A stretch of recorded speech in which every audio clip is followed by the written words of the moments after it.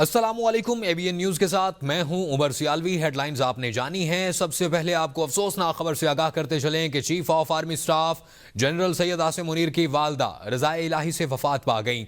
अल्लाह ताला मरहुमा के दर्जात बुलंद फरमाए और उन्हें जन्नत में आला मुकाम अता फरमाए। सदर मुमलिकत आसिफ अली जरदारी और वज़ीर आज़म शहबाज शरीफ का इजहार अफसोस। सदर जरदारी ने कहा कि दुख की इस घड़ी में मेरी हमदर्दियां लवाहिकीन के साथ हैं। जनरल सैयद आसिम मुनीर की वालदा की वफात के गम में बराबर के शरीक हैं। वज़ीर आज़म ने कहा कि सोगवार ख़ानदान के दुख में बराबर के शरीक हैं। वज़ीर आज़म पाकिस्तान शहबाज शरीफ की मरहुमा के लिए बुलंदी दर्जात की दुआ।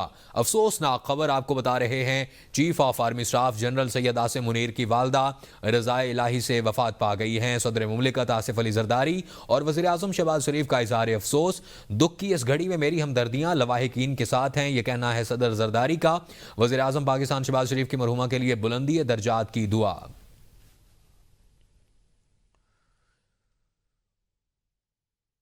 मुल्क में नफरत और तकसीम की सियासत, दहशतगर्दी के खिलाफ मुत्तहिद होना होगा। चेयरमैन पीपल्स पार्टी बिलावल भुट्टो जरदारी का गवर्नर हाउस लाहौर में तकरीब से खिताब। कहा, दहशतगर्दी के पीछे बैन अल-अक़वामी ताकतें होंगी। बलोचिस्तान और खैबर पख्तूनख्वा में अमन व अमान पर खुसूसी तवज्जो देनी होगी। ऑपोजिशन ज़ाती मुफादात की बजाय अवामी इशू पर सियासत करे। कुछ सियासी जमातों ने कौमी सिक्योरिटी कौंसिल के इजलास में शिरकत नहीं की। ऑपोजिशन पार्टी से अपील है कि लीडर की रिहाई के अलावा भी मसाइल पर तवज्जो दें। वज़ीर आज़म से भी अपील है कि एक बार फिर कौमी सलामती पर इजलास बुलाएं। हुकूमत सियासी जमातों को कौमी सलामती उमूर पर यकजा करे। मुल्की मुफाद में इज्तमाई फैसले लेना होंगे। नफरत की जो सियासत अरूज पर है, हमारा सियासत में एक तकसीम पैदा हुआ है। कौमी इश्यूज पे भी इत्तफाक राय पैदा करना एक बहुत मुश्किल काम बन चुका है। ये दहशतगर्दी का खतरा एक नेशनल सिक्योरिटी क्राइसिस बन चुका है और इन तंजीमों के पीछे जरूर बैन अल-अक़वामी ताकतें होंगे, साजिशें होंगे। नेशनल सिक्योरिटी के इजलास बुलाया गया इस्लामाबाद में, तो कुछ सियासी जमातों ने अपने ज़ाती सियासी मसाइल को तरजीह देते हुए उस मीटिंग में हिस्सा नहीं लिया। हम अपील करते हैं वज़ीर आज़म से, तो एक बार फिर किस किस्म का मीटिंग बुलाया जाए। वज़ीर दफ़ा ख्वाजा आसिफ ने कहा कि पीटीआई के रवैये के बाद ऑल पार्टीज़ कॉन्फ्रेंस बुलाना बेकार मश्क होगी। अगर ऑल पार्टीज़ कॉन्फ्रेंस बुलाएंगे तो उनका वही रवैया होगा जो कौमी सलामती कमेटी के वक्त था। वो कौमी सलामती कमेटी में नहीं आए, आखिरी वक्त पर उन्होंने बाइकआउट कर दिया। 3-4 दफ़ा पीटीआई ने इस्लामाबाद के ऊपर हमला किया है। वो मुसल्लह जत्थे लेकर आए हैं। इस किस्म का रवैया अगर वो तर्क करते हैं और एक सियासी माहौल पैदा करते हैं, इसमें मुल्क और कौम का फ़ायदा होगा। इस दफ़ा अगर वो इसी नीयत से आते हैं तो जिस तरह पिछली दफ़ा हुआ था उसी तरह ही होगा। फिर देखें, वो अगर ऑल पार्टीज कॉन्फ्रेंस बुलाएंगे तो वही उनका एटीट्यूड होगा जो जो मुश्तरका कमेटी का जो इजलास हुआ है सिक्योरिटी कमेटी का। अगर वही एटीट्यूड उन्होंने अपनाया जो उस वक्त अपनाया, ये 4-5-6 रोज़ पहले, कि वो नहीं आए, आखिरी वक्त पे उन्होंने बाइकआउट कर दिया। 3-4 दफ़ा जो है पीटीआई ने हमला किया है इसके ऊपर, कैपिटल के ऊपर, इस्लामाबाद के ऊपर, वो मुसल्लह जत्थे लेके आए हैं।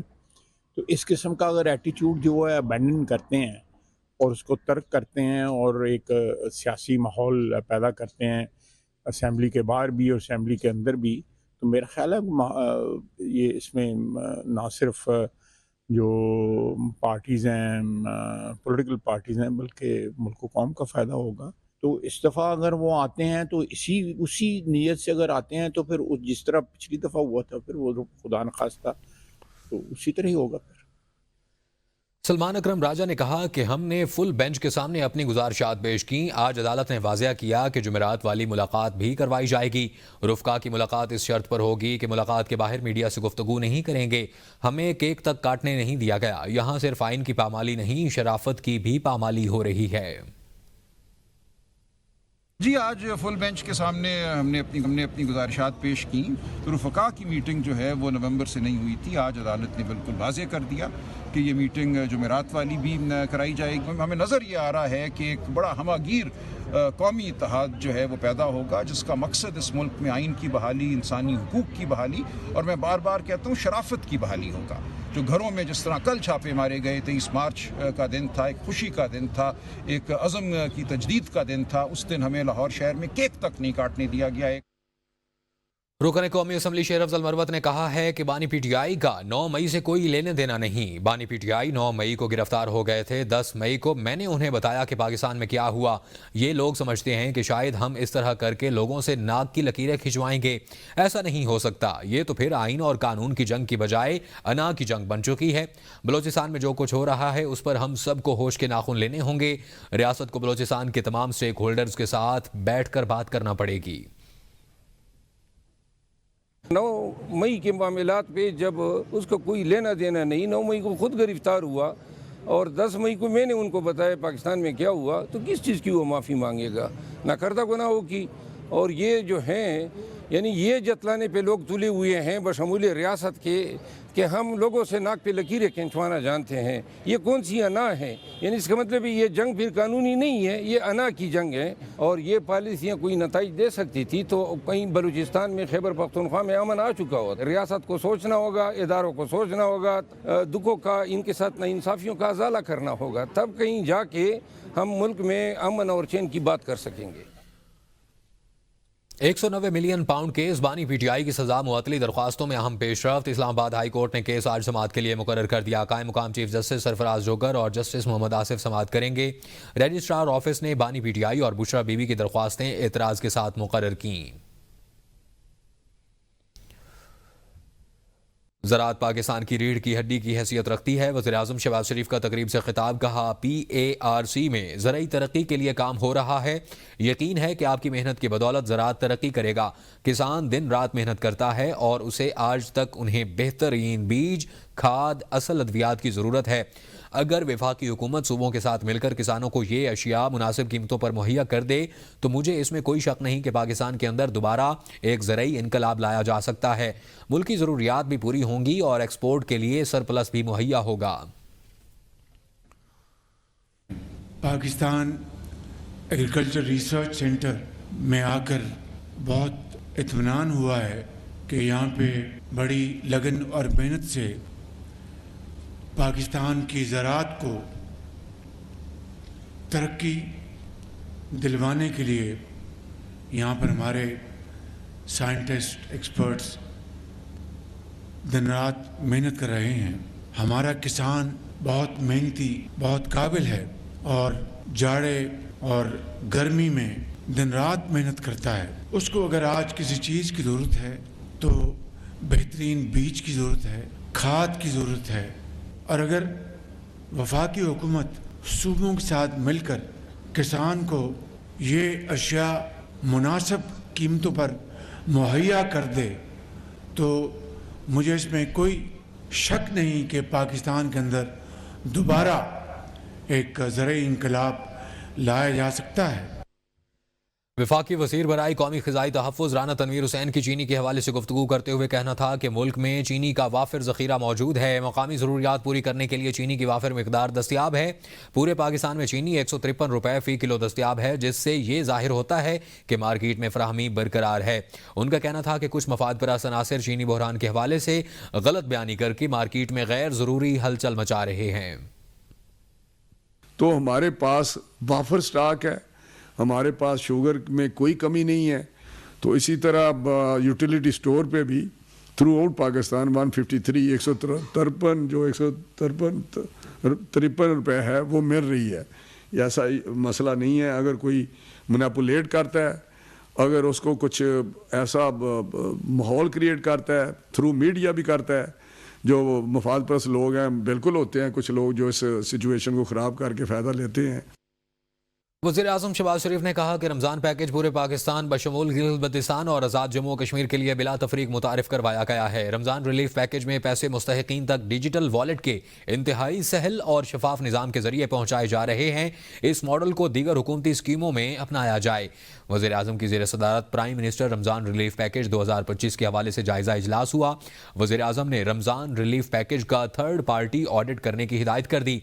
वज़ीर-ए-आज़म ने रमज़ान रिलीफ पैकेज के हवाले से टेलीकॉम कंपनियों और बैंकों की जानिब से चलाई जा रही आगाही मुहिम को मज़ीद मुअस्सर बनाने और इस हवाले से एक जामिया रिपोर्ट तरतीब देने की हिदायत कर दी। इजलास को रमज़ान रिलीफ पैकेज 2025 के हवाले से पेश रफ्त पर ब्रीफिंग दी गई, जिसमें बताया गया कि अब तक 63% मुस्तहिकीन को रकम पहुँचाई जा चुकी है। मुशीर इतलात खैबर पख्तूनख्वा बैरिस्टर सैफ की चीनी की कीमतों में इजाफे पर वफाकी हुकूमत पर शदीद तनकीद। कहा, चीनी की कीमत और हुकूमत के वज़रा की तनख्वाहें शहबाज स्पीड से बढ़ रही हैं। बैरिस्टर सैफ ने कहा कि चीनी की कीमतों में इजाफे की वजह यह है कि हुकूमत और चीनी के कारखानों के मालिक एक ही हैं। खाम चीनी दरामद करने का शहबाज शरीफ हुकूमत का फैसला हुक्मरान चीनी माफिया को एक और नाजायज़ फ़ायदा पहुंचाने की मुजरिमाना कोशिश है।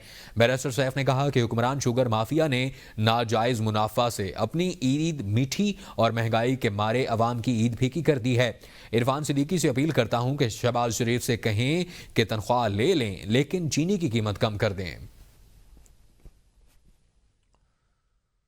पिशावर हाई कोर्ट ने ANP के सरबराह सेनेटर एमल वली खान की दहशतगर्दों की दोबारा आबादकारी के खिलाफ दायर दरख्वास्त पर 6 सफ़ात पर मुश्तमिल फैसला जारी कर दिया है। अदालत ने एमल वली खान की दहशतगर्दों की दोबारा आबादकारी की इंक्वायरी के लिए जुडिशल कमीशन बनाने की दरख्वास्त खारिज कर दी। फैसले में कहा गया है कि दरख्वास्त गुजार सेनेट के मेंबर हैं, पार्लियामेंट में इस मामले को उठा सकते हैं। वफाकी हुकूमत इंक्वायरी कमीशन कायम कर सकती है। दरख्वास्त गुजार का जो दावा है कि दहशतगर्दों की दोबारा आबादकारी गुज़श्ता मुंतखब हुकूमत का फैसला था, ये दरख्वास्त अब जायद मियाद हो चुकी है। फैसले के मतन के मुताबिक इसमें कोई शक नहीं कि खैबर पख्तूनख्वा कई दहाइयों से दहशतगर्दी का शिकार है। खैबर पख्तूनख्वा की वजह से कानून नाफिज करने वाले इदारों के हजारों एहलकार और शहरी शहीद हुए। दहशतगर्दी की वजह से दुनिया में पाकिस्तान और बिलखसूस खैबर पख्तूनख्वा की साख मुतासिर हुई और अरबों डॉलर्स का नुकसान हुआ। कराची मलीर हॉल्ट पुल के करीब जहां बहक होने वाले अब्दुल कयूम के भाई की मीडिया से गुफ्तगू। कहा, अब्दुल कयूम अपनी अहलिया के साथ कोही गोट में घर की जानिब आ रहा था कि ट्रक ने दोनों को कुचल डाला। उनकी शादी 1 साल कबल हुई थी, बच्चे की विलादत होने वाली थी। मुतवफ़ी कैंटोनमेंट बोर्ड मलीर के मुलाजिम और मलीर कैंट के रिहायशी थे। हुकूमत से अपील है कि टैंकर माफिया को लगाम दे ताकि किसी और की फैमिली के साथ इस तरह का वाकया पेश ना हो। वापसी हॉस्पिटल से वो हमला कर दी थी और हॉस्पिटल से डिस्चार्ज के बाद से घर की तरफ रवानी। 1 साल हुआ था शादी को, हम 3 भाई हैं टोटल। गवर्नमेंट से अपील है कि ये इस चीज़ को नज़रअंदाज नहीं करें कि आज ये तकरीबन 5 से 6 घरों में यह वाक़यात हो चुके हैं कि ट्रक एक डंपर का हो चुका है, एक ये मेरे अपनी फैमिली है कि वज़ीर आज़म ने कौमी इक़्तिसादी कौंसिल की एग्जेक्टिव कमेटी की तश्कील 9 कर दी। ज़राए के मुताबिक वज़ीर ख़जाना और मादनियात बलोचिस्तान शुएब नौशरवानी की एकनेक रुकनीत मुअत्तल कर दी गई है, जबकि वज़ीर आबपाशी बलोचिस्तान सादिक इमरानी को एकनेक का रुकन मुकर्रर कर दिया गया है। ज़राए के मुताबिक बलोचिस्तान से वज़ीर ख़जाना और मादनियात शुएब नौशरवानी की जगह सादिक इमरानी एकनेक के रुकन होंगे। वज़ीर आज़म की मंजूरी के बाद काबीना डिवीज़न के फैसले पर अमल दरामद मुकम्मल कर दिया गया है। एकनेक के चेयरमैन वज़ीर आज़म होते हैं, जबकि अदम मौजूदगी में नायब वज़ीर आज़म सदारत करते हैं। नायब वज़ीर आज़म इसाक डार एकनेक के अरकान में शामिल हैं। वफाकी वज़ीर ख़जाना मोहम्मद औरंगज़ेब और वज़ीर मनसूबाबंदी एहसन इकबाल एकनेक भी एकनेक अरकान का हिस्सा हैं। और पंजाब से सूबाई वज़ीर मरियम औरंगज़ेब, सिंध से जाम खान शोरो अरकान में शामिल हैं। खैबर पख्तूनख्वा से मुशीर ख़जाना मुज़म्मिल असलम एकनेक के अरकान में शामिल हैं।